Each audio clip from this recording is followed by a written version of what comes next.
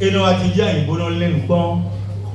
Donc et tout action il dit et non et notre amanci et là ben quoi l'on voit maintenant il y a des yo vous bédi dans nos verres ni pédi l'autre a dit article le poteau là pour et on peut alors un poteau une go et ouais il fait des poteaux là c'est bien pour nous bon un billet on doit une billet on doit et sont friands bon on et serveuse avec 2 billets bon serveuse c'est bien non veut tout nous l'autre bon et puis à zone et bien il a dit et bien il a dit bon on va mieux et nous continuons de jouer la terre et là il travaille na fin et il travaille na fin on est bon mais il a l'autre de me couler il a l'autre de me couler donc il a dit que le TV tout bon nous coucou il est il y a un il y a le mot pour le boulot et ma quoi le moment où à mon check le bien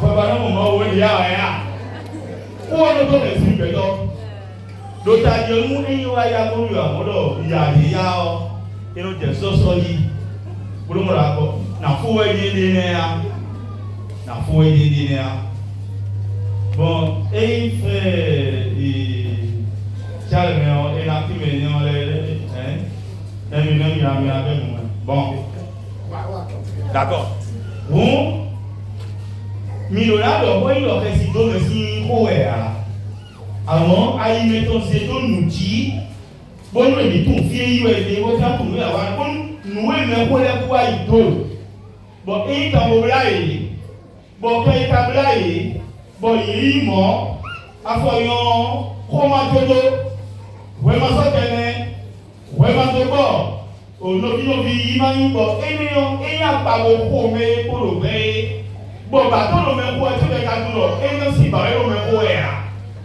lo eno do nu ke ti ba we bon nu e lo me wa we yo e tu wa ti ta go si yo e tu wa e lo tu wo e ko tu wo e na tu le na wa nbo bon gbe me to na mo te ko na lo lo ni wa do ko ni le mo e lo àwọn le ya e o te me ndi o ko yi me ko di ni so le be na ko mi a se fo azali o wo ni lo yo ko ti le kon e bon mais le C2 et le petit double mais le CM ah et pas ta million moi c'est le monde à l'envers bon et les bons mais le C2 livre de lecture CM bon que vous faites lecture pour le meilleur le titre la maladie d'Ablawa mais merci au livre Ablawa le livre pour tout le monde la maladie d'Ablawa. Et il disait à son second, à celui qui est aussi de répéter. Et il est incapable de lire. Il faut couper ça en syllabes. Mais s'il veut violer ta main. Il mourrait avec. Il est vraiment mais si ta main. Bon, l'autre ne connaissait même pas syllabes. Comment il va couper? Et l'autre, moi, on va couper là. So you don't tell me the delay. Don't go to tell the food you don't go to yo. Et d'aba au dégué. Bon, mais dégué quand on m'a nommé. L'autre qui ont point de numéro mi. Il yo. Ni moi et non mono. Mais pourquoi et non c'est le point de toi et non y a mes dos aujourd'hui. Et non y a mes dos aujourd'hui. Nous le candidat mais beaucoup de nous y a mais et nous avons allé dans la bon, je vais essayer de dire un mot sur ça parce que c'est lui qui est éducateur. Je vais commencer par la première partie. Il a dit qu'on entend parfois que le mort est en train de pourchasser un vivant. En réalité, ce n'est pas comme ça. Vous oubliez ce problème-là. Mais il y a des réalités qui sont dans la famille et qui existent. Je vais commencer par là. Très bon. Nous voyons dire minamoro me kúrò fẹ́mi tán lẹ́nu wọn mẹ́ni lẹ́nu bọ̀ fi èyí kún yọ dúró Yorùbá lọ mẹ́ni ní ìfínà yà. Il se peut que parfois, lorsqu'on enterre quelqu'un, il y a certaines personnes qui ne tolèrent pas qu'on aille visiter, qu'on aille là où on a enterré. Il n'est pas qu'on s'approche de la tombe. Oui, il y a un couteau là. Mais à moi, il y a un sort là. Pour nous, révéler les signes de l'événement. D'où est-ce il y a un peu à ton pays. Il y a un eu 5 ans. Et on va au jour, on va quand il vous jette. Très bien. Parfois, il arrive que lorsqu'il a été fait, et ceux qui sont à côté là, ils dissimulent la personne parce qu'ils font des rituels qui sont à leur niveau. Ils peuvent prélever les cheveux, ils peuvent complètement enlever la tête, on peut enlever un organe. Et ça là, c'est un peu là-bas et caché. Minamoro, vous voyez les nouveaux filets, on a ma voix, alors mais on court vitrisio. Avant il me met un coup d'eau et on va courir. Nous il est pas tabaco à on le laisse là, il va courir la main, on filet, on va courir le coup d'eau. Vous allez constater que parfois les gens discutent le taille dans lequel la personne est décédée. Si ce n'est pas réclamé avant, après c'est toujours réclamé et ça crée des discussions. Bon, mais nous y nous y sommes. Alors, nous sommes beaucoup de temps, mais au Béléo, il n'y a pas. Il y a le Sénat. Bon, peut-être que tu vas comprendre, à mon yoko, à mon mekouda, à mon mekoukou si fait. Bon, nous sommes et nous avons deux fonds tout d'autres, nous maintenant. Très bien. Christ, il y a certains qui ont fait des collections des effets vestimentaires des morts.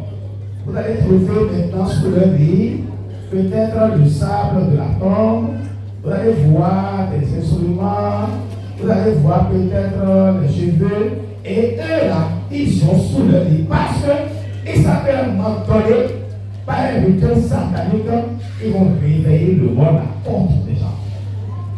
Vous avez mis à l'heure pour nous, et l'heure.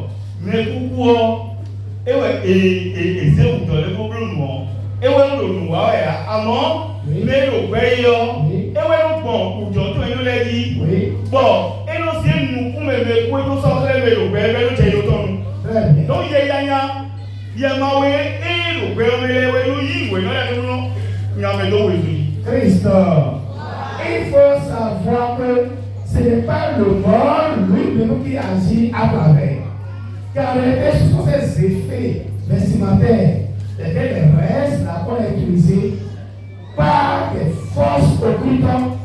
On a si des démons, on a des démons qui prennent maintenant l'image ou la forme de défunt pour on le mandate à travers la personne. C'est des démons qui sont mandatés qui agissent en nom et pour le compte du défunt. Maintenant, si vous voulez voir le témoin. Nous comptons, et là, il s'est pris. Mais il s'est pris, et là, il y a le même lien à vivre. Mais il y a pris, mais et là, il y a assez pour ça, vous le mettez là. Non. Et il y a des mains. Celui qui est allé au ciel n'a pas besoin encore de s'attaquer au vivant, non, pas du tout. Oui, mais il est sauvé. Oui. Nous, et nous avons fait mon frère, oui. Mais pour le gouvernement, tabati, gelé, nous pouvons pas pour Aken, oui. Et nous avons dit. Aha. Et quand on a dit, on s'est campé au média. Et on s'est dit, au média. Et on s'est quoi? Et on doit pas me dire, il y a un peu de sabot, on dit qu'on y a l'autre dans sa route à Ténéo. Il se peut qu'une arme prédatoire se révèle à un mort. Et ça, là, c'est sur l'autorisation de Dieu. C'est ça, oui, c'est sur l'autorisation de Dieu. Quand l'âme va venir, l'âme ne nettoie pas. L'âme n'exerce pas une violence. L'âme ne prend pas un couteau et ne commence pas à pourchasser. Mais l'âme viendra et il va s'entretenir avec celui à qui il avait un problème dormi sur la terre. Et puis enchaîne. pour que l'autre comprenne et que la situation soit régularisée. Ça se passe. Et c'est la question pour nous encore dans le guide. Oui, moi, mais il est mort. Il y a quoi il a accident. Oui. Bon, et il y a quoi accident au premier du temps et après il y a fort pour Jésus. Il m'a trouvé dans l'air. Alors, oui. Alors, mais bravo au saut oui. Et le saut est fou. Alors, mais écoute, et le rapport au est fou, mais moi, ça m'a fou. Et le mot, et le site, où le temps, c'est nous voyons, nous voyons, quand tu as vu, alors, le père, il a fait un mais beaucoup de l'autre aussi, sa mère, c'est très faux. Les gens font des rituels, peut-être pour conjurer le sort de celui qui est mort par accident, ou celui qui est mort par noyade, ou celui qui est mort d'une manière donnée. Les gens font des rituels pour ça. Par exemple, chez nous, on dit que celui qui est mort par noyade, la nuit, on attend tous ces plans des puisettes de ceux-là qui montent, qui descendent et qui craquettent. Qui craquettent au puits. Et le frère dit non, c'est pas le bois qui fait ça. Que c'est toujours le vivant qui crée ça. Alors non. Que c'est quelqu'un qui a fait créer ça. Oui. Et quel filet. Bon, les gens ont l'amour, il y a beaucoup de gens. Non, il y a couvert le tombe. Bon, et on a fait, il y a souvent mis bon, ça me soit, il va y avoir beaucoup de temps. Ça me beaucoup, il va y avoir le tombe. Bah, pour les mères, mon père, je m'en vais pour y bloquer ma conille. Il y a mon loyau. Ma bloquer. Alors, il faut les loyer, alors le père, il y a les points. Nous avons appris. Et il a senti les coups de bonheur pour aller faire des tailles. On rentre, on les deux côtés, ça côté, oui, pendant. Mais on va y aller. À mon moment, nous pouvons, mais on s'est pris pour nous loyer. Bon, et pas même les dire que c'est au guidon. Et t'as nous. Donc il dit nous dans les vies. Bon, et donc, pour l'attendre pour les gens, on peut nous dire qu'on peut dire les caïmans. Et voyez, on nous sera et comme nous. On aurait nous prendre une ouais. Mais non. Puis on va venir à l'île de nous qui vont venir à mon père gloire. Mais le maman, je vous dis. Et ma foi, il y a un si vous voulez, mais si on fait ça, on est tellement haut. Mais du coup, il y a le tien pas. Et moi, c'est bon, il y a un peu de l'eau. Et moi, c'est bon, il y a l'eau. Alors, il y a des fonds, il y a des d'autres qui nous mettent. Il y a des choses que l'on doit comprendre. Mais moi, voilà les bon, nous allons aller dire que nous Comme il y a il y a des gens à ton boulot. À des gens à ton boulot, il y a des gens à Sitoléo, à des gens à l'éveil, il y a d'autres pays. Oui. Bon, il y a tout le monde qui a des gens qui ont été bon, nous avons ni bon, nous pays là, il y a plein de rails. Bon, nous avons des bons mon cerveau. Ok. Bon, on appelle, on peut aller là, nous pouvons après la watine. Nous voulons après la watine, ça va. Président. Bon, il a dit, bon, pour résumer, qu'il est dans qui allait voir un prêtre pour dire qu'à l'issue de la mort de mes parents, et dans la nuit là, il entend des chiens de pierre sur les tôles, il entend qu'on puise de l'eau, le père dit non, ça là, c'est quelqu'un. Et le père dit d'accord, la nuit là maintenant, tu vas sortir par les voies. La nuit là, ça a commencé. Quand ça a commencé, elle n'était pas quelqu'un, elle est sortie discrètement. On a vu qui? On a vu le chien au nom. Il est en train de jeter des pierres. Quelqu'un a dit ça, mais c'est toi qui fais ça. Et le monsieur répond que, ne t'inquiète pas, on veut manger. Va créer pour manger. Voilà, tu m'arrêtes là d'abord. Donc, dis-moi, mais oui, et nous disons, oui, il est. Bon, et malheureusement, il dit, il a fait le véhicule, mais nous les sommes sans si pas nous les donc il y a des lions et des pas des lions et mon bolo ko yẹn ta de bi o bolo a le mi dɔn de wa ko dɔn ye mi bɔn imu ele gangan la mɔ mɛ bɔn ebi la fɛn le yɔn lia yi fɛn lɔ fɛn le yɔn ya nye mɛ le wɛ fɛn lɔ mi mɛ ne bɛ nye lɔ mɔ lo lo bi si a do fi la yi nye jɛ ko kɔnpitu wɔ bɛ wa lo wɔ nu ye lo fi yɛ ɔ ndo vɛnu yɛ ɔmɛ si azɔ lɛ eyɔ jesu lo agbadɔ di yɔ ntɛnɔ wɛ ta tó nɔ di hã nɔ di sumɔ mɛ la fi mɛ lɔ mu bɔn eyi wa ku dzi yɔ wɛ yi yɔ lɛ si baba lo tu tsi bɛ bi yɔ lɔ nyina susu wɛ ewɛ ŋutu lɔ la bla bi sa kolo ta di mɛ bi papa di bi lɔ ntagbe nɛ sɔsɔsɔ tɛ yɔ la bla bi sa lo kɔ yɛ o yà bi kolo awo alɛ tɔmi kaka sɛ yi o sɔ wa. J'ai entendu, il a une âme qui est apparue à Padre Pio. Et qui croit, celui-ci croit que c'était le frère Léon. Il a dit non, c'est pas le frère Léon. Mais je suis quand même quelqu'un de l'officiat aussi. Et qui est mort. Mais je suis condamné au purgatoire ici parce que pourquoi? Donc ce purgatoire là, était autour de l'hôtel. Ça là, c'est comme ça, c'est le niveau qui est élevé. Il était autour de l'hôtel. Mais c'est pas ici. Voilà. Donc, c'est pas comme ça que vous pouvez le voir. Mais quelqu'un ne peut pas condamner là. Donc, écoutez bien. Et il dit, pourquoi tu es là? Et je suis condamné parce que je ne prends pas soin à l'autel de Dieu. Et quand je vois le Saint Sacrement là, je ne comporte pas dignement. Quand je suis mort, maintenant, je suis condamné à passer au purgatoire là. Maintenant, dis-moi une messe. C'est pas que je dis d'accord. Le lendemain matin, je lui dirai la messe. Et la m'a dit non, c'est trop tard. C'est qu'il y a trop, il y a trop ici. Pourquoi le montrer? Pourquoi vous faites ça l'écran? Pour montrer que une seconde de purgatoire, ça coûte cher. Très cher. Dis à ton frère, ça coûte très cher. Ça coûte très cher. Mais il est dit, bon, nous allons bon, nous allons il soit pas encore. Bon, et bien alors, il y a vous pouvez pour des ici pour les bonnes, lui dans la mon vivant le temps. Pour la colère, il y a un bon, il a mon vivant dans le yard avant. Il y a des sous-noms, ouais, il va, mon bon. Et le copain, il y a un compté au logo. Il y a des ouais, qui ont coulé tous les mains. Bon, il a dit là, tu as aussi tout arrivé, donc, à la volante, il y a tout le monsieur et mort. Après, on déroule, il a, c'est deux motos, mais bon, il y a le corps, il y a le côté à la couleur. Et il y a un ami, il a un milliard d'amis, donc, quelqu'un, mais, lui, tout va mêler, vous, il a le corona, ça, il peut. Le mec, tu as un peu, il a dit, il a un petit peu, il m'a pas taillé. Mais tu as un peu, il a un milliard d'amis, là, il a un milliard là.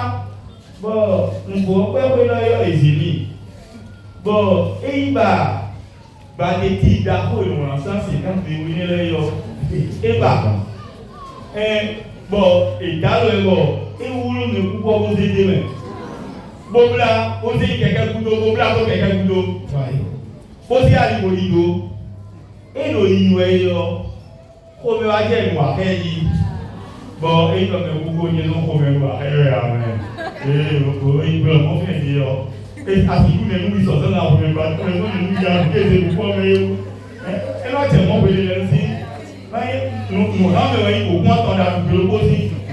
Nous faisons le job pour le beau.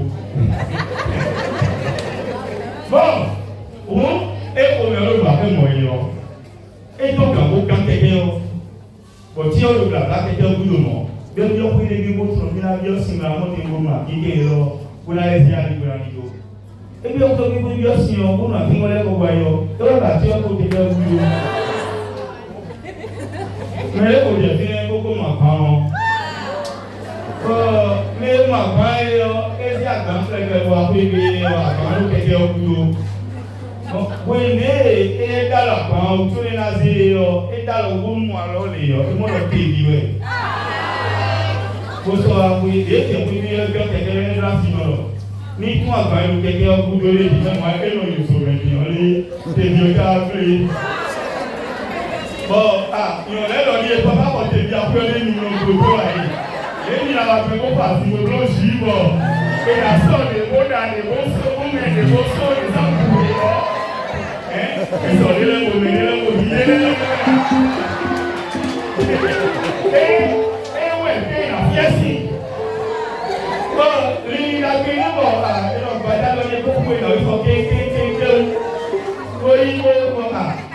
àgbọn kó pé ìbẹ̀rẹ̀ ìlú tó tọ̀ rẹ̀ bọ̀ ézú àgbọn ó tún àgbọn ó yàn lọ tó sákì omi ẹyọ ẹ̀rọ papa l'ayant pas poussé des cheveux tẹ̀bi ọ̀wúdà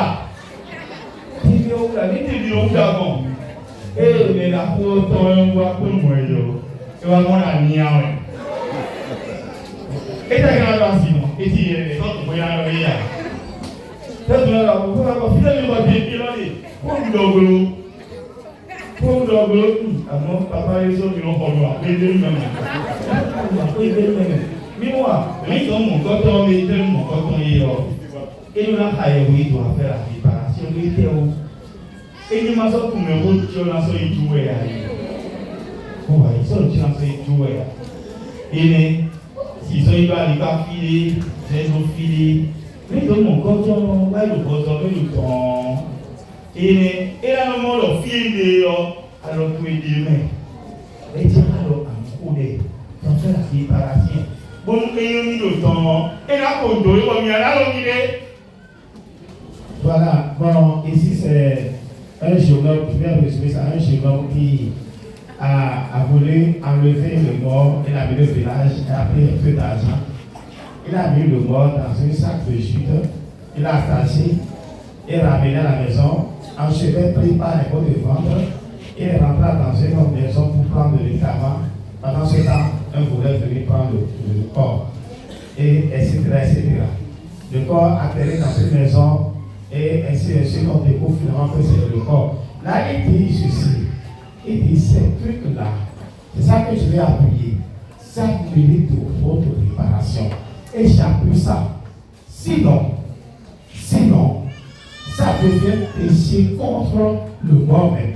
Et le péché contre le mort, ça crée ce qu'on appelle les sautets, les liens généalogiques que mettent là. J'appuie sur ça. Et la mort peut me tourner de la famille longuement. Est-ce que moi j'appuie ça? Puisque je suis dans les missions charismatiques, qu'est-ce qui peut arriver? Vous avez fait ça à quelqu'un comme ça, non? Et vous avez kidnappé le corps. Et le corps s'est retrouvé quelque part. Dans votre famille, là, les gens vont mourir. Et on ne verra jamais le corps. Les gens vont disparaître. Et on ne verra jamais le... Parce que vos parents avaient fait cela à quelqu'un et ce mort était mécontent et la malédiction s'est généralisée dans la famille. Merci pour ce témoignage, lesquels je donne la portée charismatique pour que les gens comprennent ce qui se passe dans les familles aujourd'hui. Merci, frère Charles. Bon, mais alors nous connaissons. Oh, il y a un sinon l'autonomie.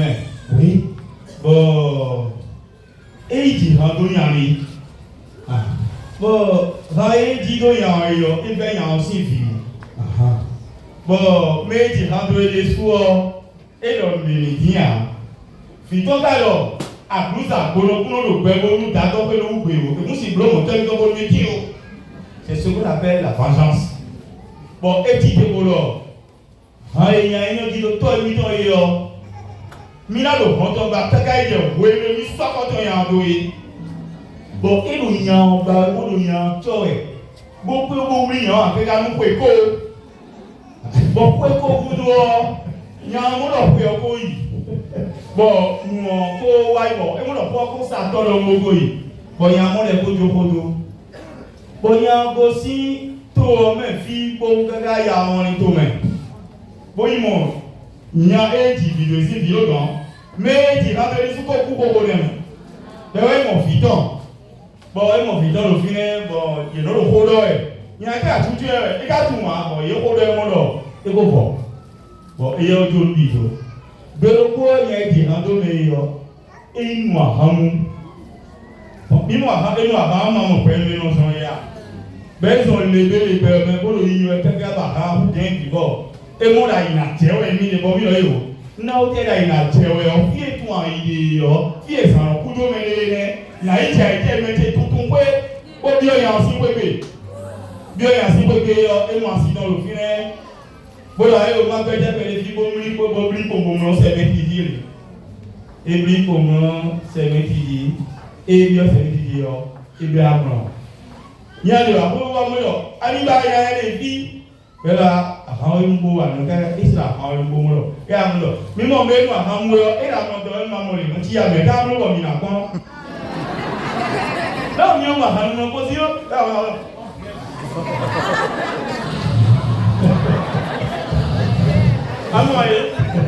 But they don't yet, you know, I'm not going. More in your down the book, you get but Nyanyo Modo, can tell me to hope we know that I'm not the back and go for your table. If your boss are with you, as if you condone actually, the whole of me or some poor. A condone many Nyada no Kakabo for you. A year Martin on the beyond the middle, Emo, Pelica, and put that home. Lena, what the one or a body to cut the panic way. Et don't know, il n'a si belle immobilier. Mais les nés, nous, parce que dans notre politique, on peut tomber. Et c'est à l'époque, promettons dire au boulot, promettons de mieux. Et bien, nous vivons bien.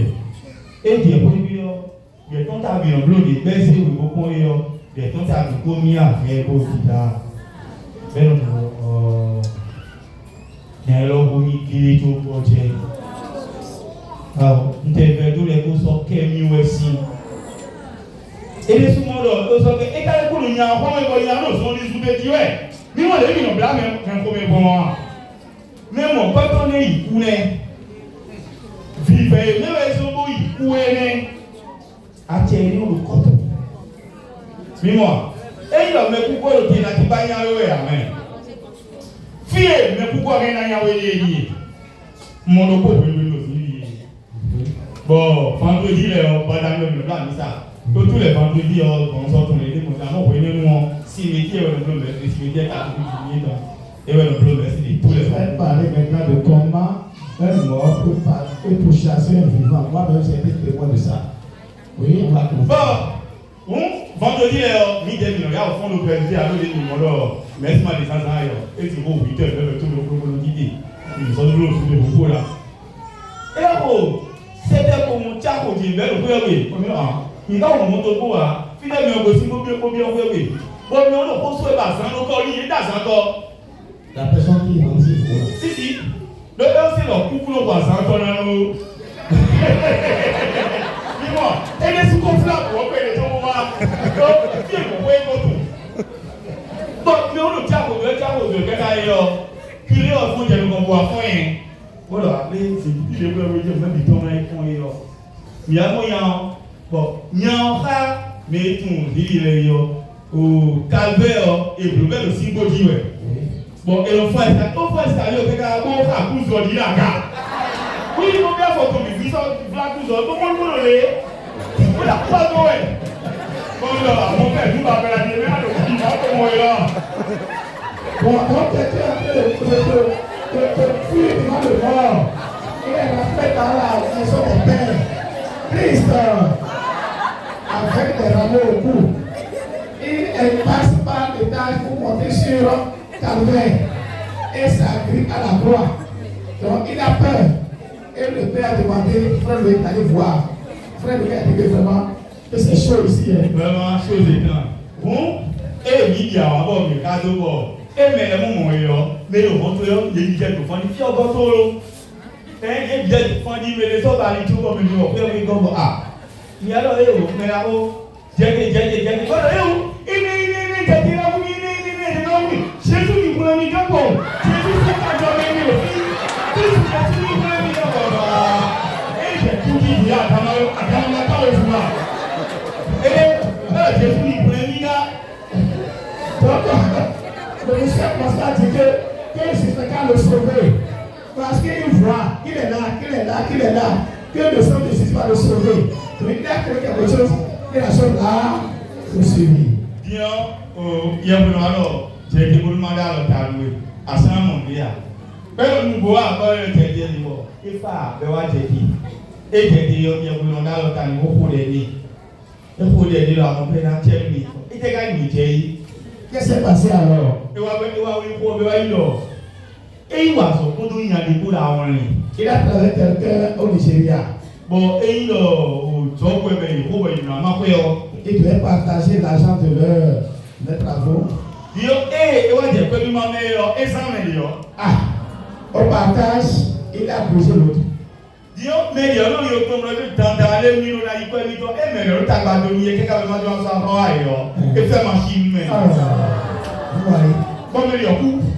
Donc l'autre, dans cette quête de réclamation, et quand lui savait qu'il ne va pas payer, qu'est-ce qu'il a fait?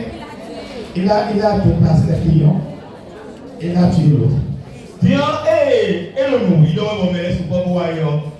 Bon, alors allez, mais pourquoi le mien, allez, ni moi, les télé, le yomi, ton les télé, mon père, il a bonne fille à lui. Non, fille à lui, non, et pour le point mais pour dire, mais pour alors qu'il parlait de cette affaire-là, il y a des gens qui étaient témoins. Ils connaissaient bien l'affaire. Oui, les gens de la famille du décédé.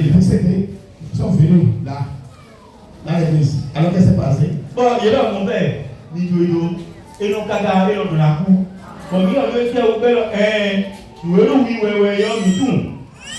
Il y a des gens, il y a des médias, il y a des poussous de Boymono. Après, si nous prenons et dans le média, pour ces deux pays, nous avons dit que nous il y a la moitié qui ont numéro de moi. On a mais pourquoi moi je vais avoir bien meilleur, il y a la question de viol. Donc les deux aussi qui connaissaient l'histoire, comme ils ont compris que celui-ci a tué leur ami, et les autres maintenant, ils ont fait quelque chose pour envoyer ça sur lui. C'est ça le problème maintenant. Témoin de l'énorme photo, il y a un appareil photo qui me caga fille, quand j'allais dans celle de moi, nous à faire encore non. Photo pour le coup, nous t'as gagné les deux photos. Et photo dit que j'ai le Jésus n'a pas gagné. Nous m'en venons à voir, mais à moi et au coup de billet, et le bien conseil de ce nous mal. Pourquoi il y a ça qui était contre moi là il donc donc vous avez compris le temps, celui-là est prêt pour lui faire Dieu, pour monter jusqu'au calvaire du Seigneur, et vous là qui connaissez Dieu alors. Alors il faut courir vers Dieu. Dis à ton frère, il faut courir vers Dieu. Bon, il y a bon, et commissariat à la police, il a demandé un plaid. Donc, il m'a plaid, il n'est pas protégé. Donc, il a dit il peut lui faire la vie pour mon frère. Donc, il a et on a des blocs. Il a beaucoup il a souvent dit qu'elle c'est ça. Pour les protéger. Donc finalement, la police est venue peut-être pour les amener, pour les protéger, surtout celui qui est fautif.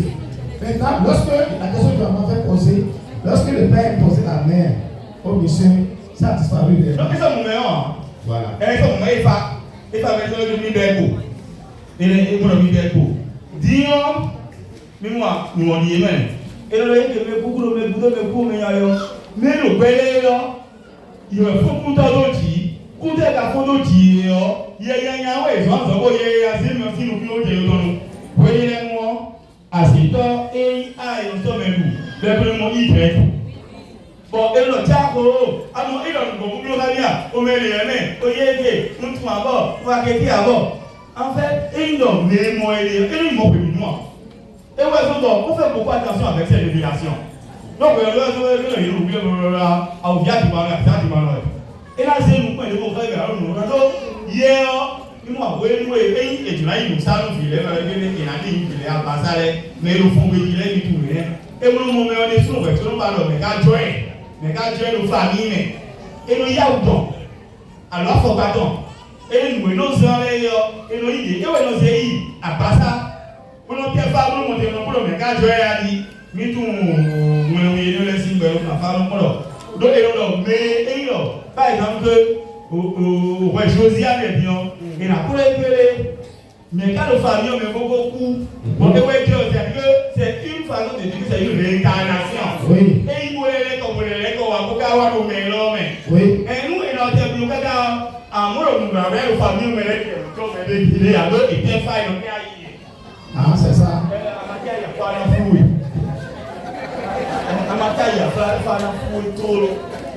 Il y a cette affaire aussi dont il faut se méfier. J'ai vu telle personne dans le rêve et c'est un mort. Attention. Parce qu'il dit qu'on peut voir un visage qui n'est pas celui qui est derrière. Ça, c'est le jeu de la sorcellerie. Il y a aussi le problème des parents éponymes, c'est-à-dire le père de Jordan. Et aujourd'hui, il m'a appris quelque chose. Il dit que quand on veut rejeter Jordan de quelqu'un, on n'a pas besoin de la personne d'être présente. Il faut prendre seulement un livre vestimentaire de la personne et rentrer là-bas et faire des incantations pour retrouver le parent qui est connu par la personne. Mais tout ça là, ce n'est pas des voies mystiques que Dieu ne veut pas. C'est tout. On continue. On met mon coton et à soleil, mais à voir quel milieu d'avant. Beaucoup de des sciences. Mais là, on est en tout, ouais, quel bon de météo. Dis-moi, les igles dans l'enfant au Kuntokono ou en Kéboé, et non, dis-moi, et la gloire, Missa. Pour venir sur la soirée, Missa. Et le coup d'or, après, si tu as après, on a ça. On a d'autres zones, mais ça n'a pas été comme nous scala, on a marmé le bébé. Donc, les numéros de ta bonne main, du one, bon, la demi, mon cerveau, et les embryonnés. Bon, cahier dans Mika, bon, et nous, bon, et le temps, pour mettre ma faille, ni fa comme, bon, ni l'homme, nous, on va y en monter du terrain. Bon, moi, pour nous, ça, qu'il y a une bonne cas dans Mika, bon, nous, on vit le temps. Bon, nous, et la montée, on a essayé, bon, puis l'homme, on peut être là, vous voyez, il y a des blocages. S'il peut y avoir blocage entre un vivant et un mort, écoutez de la partie là, dans la chaîne, vraiment cette partie. Un blocage entre vivant et mort, parce qu'il y a un antécédent entre les deux. Il y a un problème, il y a un guerre entre eux. Si cela est temps, comment faire? Tu vas aller voir le prêtre. Il va dire une messe pour l'intention qu'il vous a opposée. Après la messe là, vous allez faire Sahara. Après. Et le Père prie maintenant pour bénir. Là, la situation est libérée des deux côtés. Celui qui est là-bas et qui est en colère va avoir la paix. Toi aussi qui es bloqué sur la terre aussi, tu auras la paix. Donc il y a aussi la réconciliation entre le mort et le vivant par le lien des autels, de l'autel de Christ. Et c'est important. La charité sauve beaucoup. Surtout en matière d'âme de purgatoire. Et il va nous lire dans les mains sur les pots d'eau. Oui. Moi, ils ont d'abord nous et non pas il d'abord. Et il a l'homme moué. Pour le voir, il est sur mon premier moué le temps. Très bien. Donc ceux qui exercent, il faut la pratique la charité. Si vous le faites, ça signifie que vous le faites pour vous-même. Mais vous faites pour les âmes du purgatoire.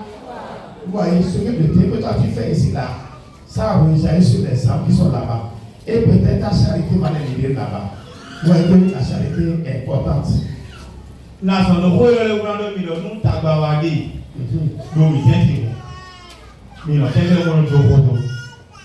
Nous, ayons les soins et quand vous l'avez dit, oui, et tu as oublié de pouvoir l'ordre. Moi, je peux le demander. Bon, il y a eu le tabac de l'eau, peut-être, maintenant, il y a un tabac sur quoi. Oui, bon, il y a un mot, il faut, bon, il y a le tabac, mais tu as mais nous, quoi, il y a son Dieu. Pour la son Dieu, il y a un symbole, curé, oui, et l'autre délégation, point le dodo, oui. Bon, et délégation, oui, il y a. Mais mon autre, c'est pas la son Dieu, on dit, on va nous aimer notre délégation, mais. Et tout le monde, quand on l'a dit, moi, il est dans le moi, il est le temps.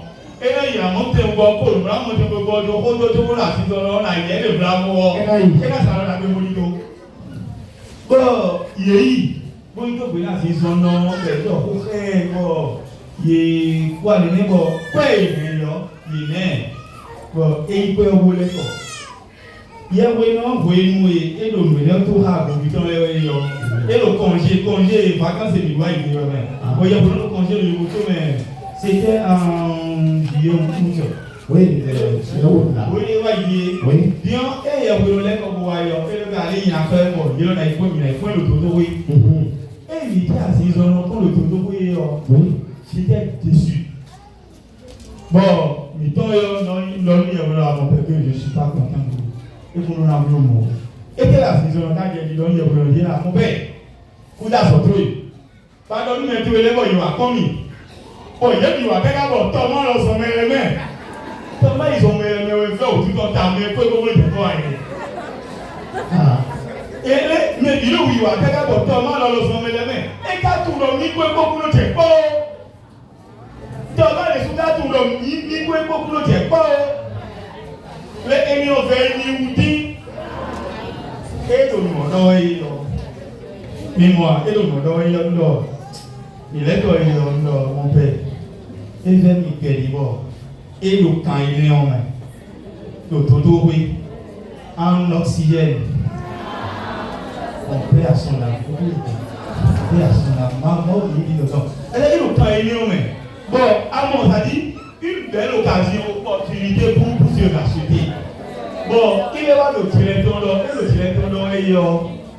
Il est là, mon père voulait nous voir. Il est là, il doit trouver un point de la croix. Mon est là, le directeur, et là, il est là, c'est ça. Donc, il était où? Non, il était perdu. Alors, non, il était perdu. Il dit, il faut que vous tabac. Bon, il y a un peu de l'eau, il y a un peu de l'eau. Mais pour gagner, alors la somme est pour y la boulot là ouais. Nous pouvons demander aux autres et le faut aller voir notre propre parfum dans le là. Moi on le y ouais. Donc on y là on peut aller là voyez nous nous mais pas tout moi. Voyez même mal dit ouais et quand tu voyez là mouton. Nous le quand dire when da pour y aller il y a photo pour nous non de que je vais me racheter pour aller au ciel. C'est pour y tolo et vers et mon île femme ouais. Et bẹ́ẹ̀ yà tó tirẹ̀ bẹ́ẹ̀ bọ́ ẹ lò tirẹ̀ lọ́wọ́ tó tó ẹ lò kó àti ẹ̀wọ̀n ní fún mi ní lọ́dún ní wa bọ́ ẹ wá bọ̀ tó tó ọ̀dọ̀ mú ìyẹ̀wò ní lọ oxygène mẹ́wẹ́ eyín bó ní náà lọ́kọ́ dín à kí sera essoufflé bọ̀ ìka kan wá ìbò. Christ, vous avez vu cette personne-là qui était mourante. Je vais résumer. Le père a fait une délégation pour aller le voir à l'hôpital. Et dans la délégation, il figure quelqu'un avec qui il a des criminels graves. Mais plus tard, quand le père est arrivé lui-même et a amené Loïc là-bas, ce monsieur-là, ça m'a pris ouvertement. Disons, où il a dit ce qui ne va pas. Ah, il a envoyé quelqu'un ici, il a envoyé des gens, jusqu'à envoyer Thomas. Le Thomas, il sait très bien que Thomas et lui, la famille ne s'entendent pas. Il l'a envoyé. Donc, ce frère, le frère Luc était déçu. La suite de l'histoire est très simple. Ce monsieur est resté dans cette vampire jusqu'à mourir. Voilà encore des catégories d'âmes. Mais est-ce qu'on y va pas pour vraiment? Nous, il donne moi, ma voix, c'est essayer de vous laisser mes deux. Mais nous, il faut d'avoir dit pour. Mais moi, dès que Dieu, venez d'histoire lien. Alors, Christian, les lèvres carrément pour Dieu. Il y a un peu de son Dieu. C'est pas à côté de nous. Donc, il y a un peu de couteau, il y a un peu de couteau, il y a pas à côté de nous. Bon, il y a un peu de son Dieu. Oui. Bon, oxygène même. Oui. Bon, Christian, les deux, puis point, ouais. Bon, il y a ces volets. Mais vous voyez qu'il y a un peu de mots, et il y a aussi ménage meni. Ni don ye nya we yami, ni don ye nya yami. On a dit moi vraiment, il dit aussi ménage meni nous. Ah ti, eh yon a le ko si we yo. Ye we no ko ku ai di mo ti mo yon a le ko si we. Be wa yi lo. Oh, rangi beta dele we blo délégation wo yi de yi yo. Ye mo ye we no lo oxygène. Ko yi do pe ni bo lo ti tu la mo be. Mo o veillez pẹ̀lú tọ́lẹ̀ ní ìfẹ́ wọn mọ̀ ní. Veillez pẹ̀lú tọ́lẹ̀ ní ìfẹ́ wọn mọ̀ ní.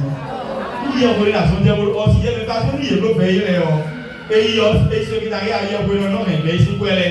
Bẹ́ẹ̀ ló kẹ́sì tó mú ẹ̀yà àyẹ̀wò òbúrò tó yìí náà ayé. Òun kú èdèdè ìwà tó bẹ̀yẹ ìwọ̀ yìí ìgbòló bẹ̀rù pa mẹ́bọ̀ ìmọ̀ àkóyàwó ìyẹ̀wò ọtí yẹ́ mi tó pé yọ. Kí ẹ̀yẹ̀ rẹ̀ mọ̀ ìgbólé rẹ̀. Olú àpò ètò máa ń tí àyẹ̀wò wọ.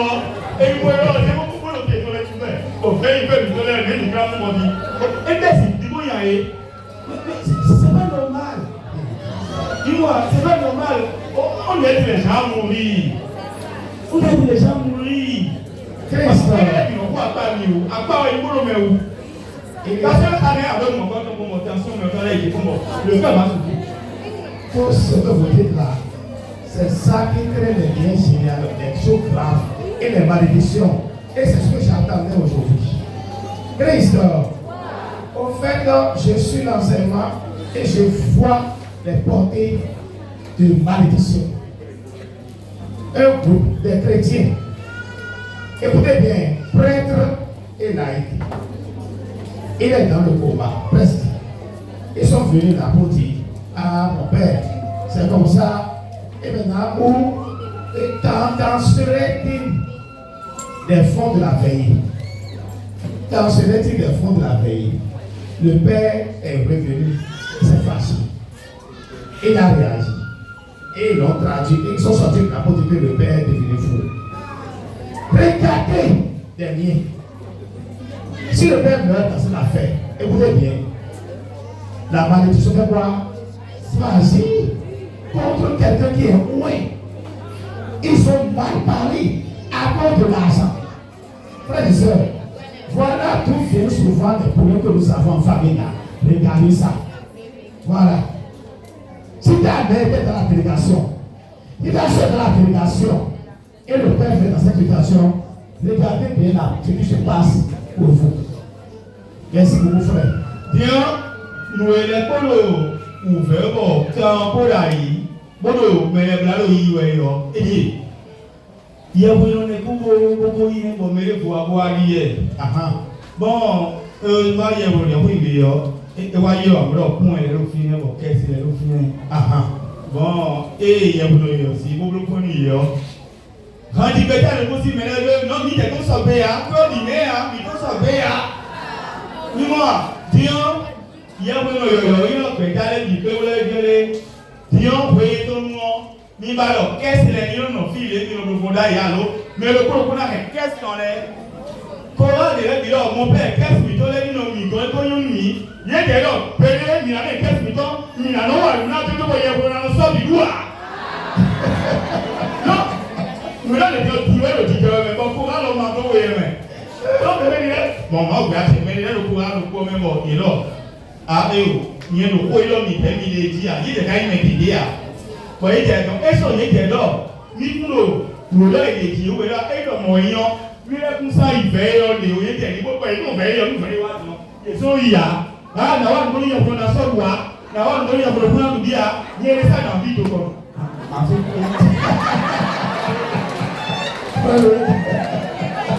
donc tu vas tout demander à était le gouvernement du problème. Oui. Il met tellement de femmes là. Christ, ce que vous entendez maintenant, ça résume l'état de la misère des hommes. Une chorale qui dit qu'elle ne va pas aller travailler pour qu'un prêtre puisse s'enrichir de ça. L'argent de la chorale, ça donne combien?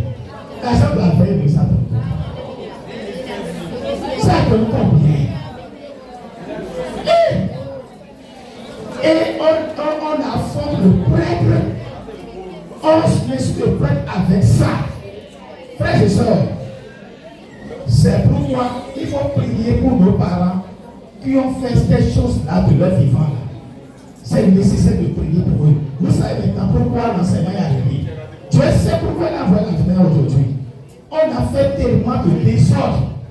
Et aujourd'hui, on souffre comme ça. Merci beaucoup, mon frère. Il va me dire, il va me dire, il va me dire, il va me dire, il va me dire, il va oh, semaine il va y et le semaine au problème. Il y a un argument dans les poumons. Oui, pour notre problème, pour qu'il y ait 40 misérité. Pour placer là, c'est-à-dire, on blague aussi, il y a un vidéo, les beaux mollets, monter au place, les réseaux sociaux disent que c'est le même retour, même mon coton. Mais moi, mais les tout moi. Mais moi, il veut t'aider. Donc, il trouve là, il y a oui, mais non, mais là, il veut dire tout est validé. Mais non, tu vas aller là, il y a même le pouvoir. Bon, mais non, on s'en fout, avec la foi, Oui, de Amatou, pour Santo et Baba. Et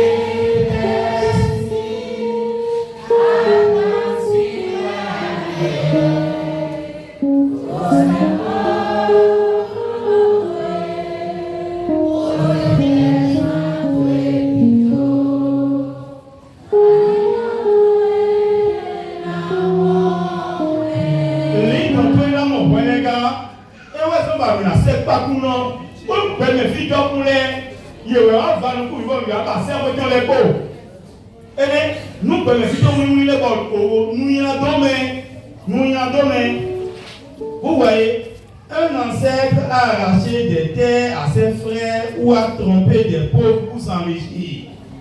Il meurt sans jamais avoir réparé ou demandé pardon. Alors, conséquence spirituelle, il doit être purifié au purgatoire pour être justifié. Effet sur les vivants.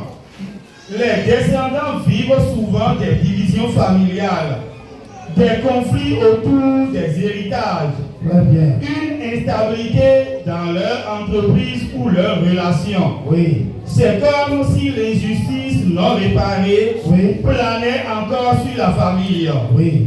Alors, référence biblique, Exode 25. Je visiterai l'iniquité des pères sur les enfants jusqu'à la 3e et la 4e génération. Oui, allez. Bon, nous avons mais il est temps, bon, il adore, et vrai, il combat pour y nous. Christ. Christ. Et tout à l'heure, tu m'as dit que ton parent de la vie est prié le nom de ta main. Mais quand il y a un peu de l'eau, il y a un sol.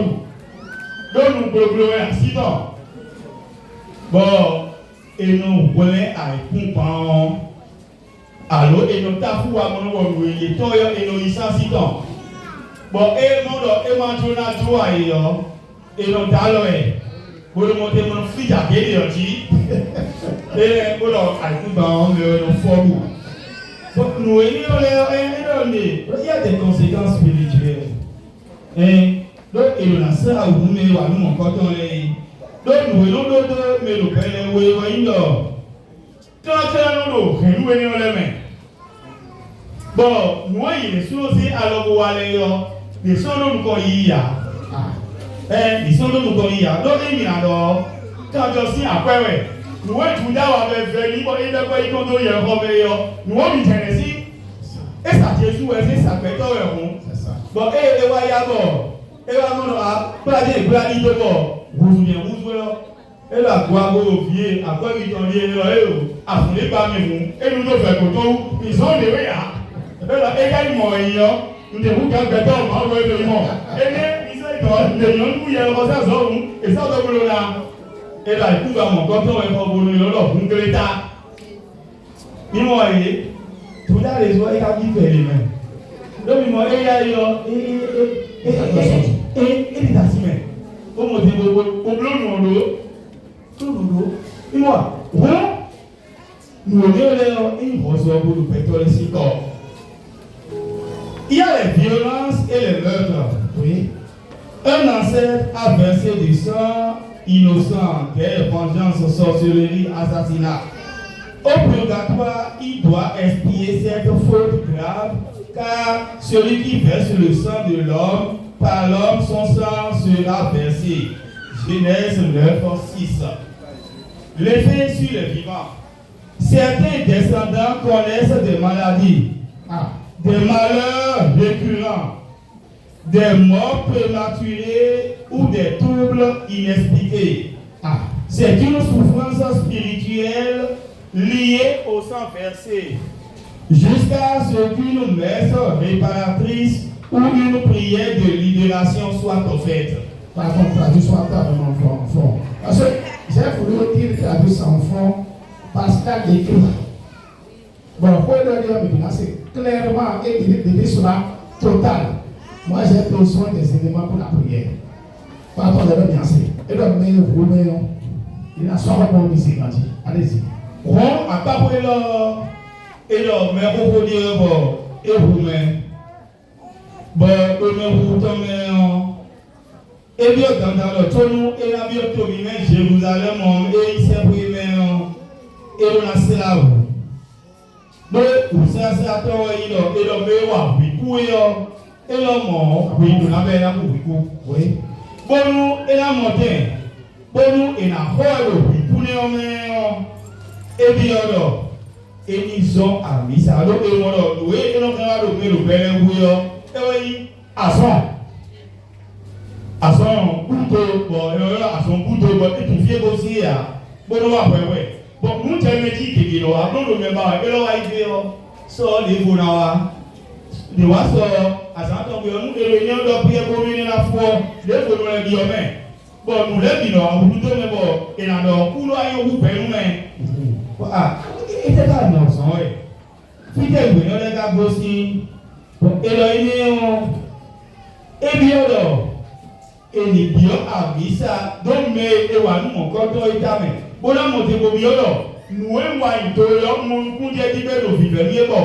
Uno, Dieu a pour le nita la mine, tu n'as pas et nous bloquons aussi à Missa. Et nous avons une brédaille à mon Dieu, et nous avons une litre et nous montons au dé des temps. On dit que on nous l'homme, maman, l'argent maudit ou la richesse acquise injustement. Nous ne pas pour nous comme il est né. Après tout, oui. Des ancêtres ont bâti une fortune en exploitant les autres. Usure, corruption, vol, commerce malhonnête. Et que Dieu dit à toi,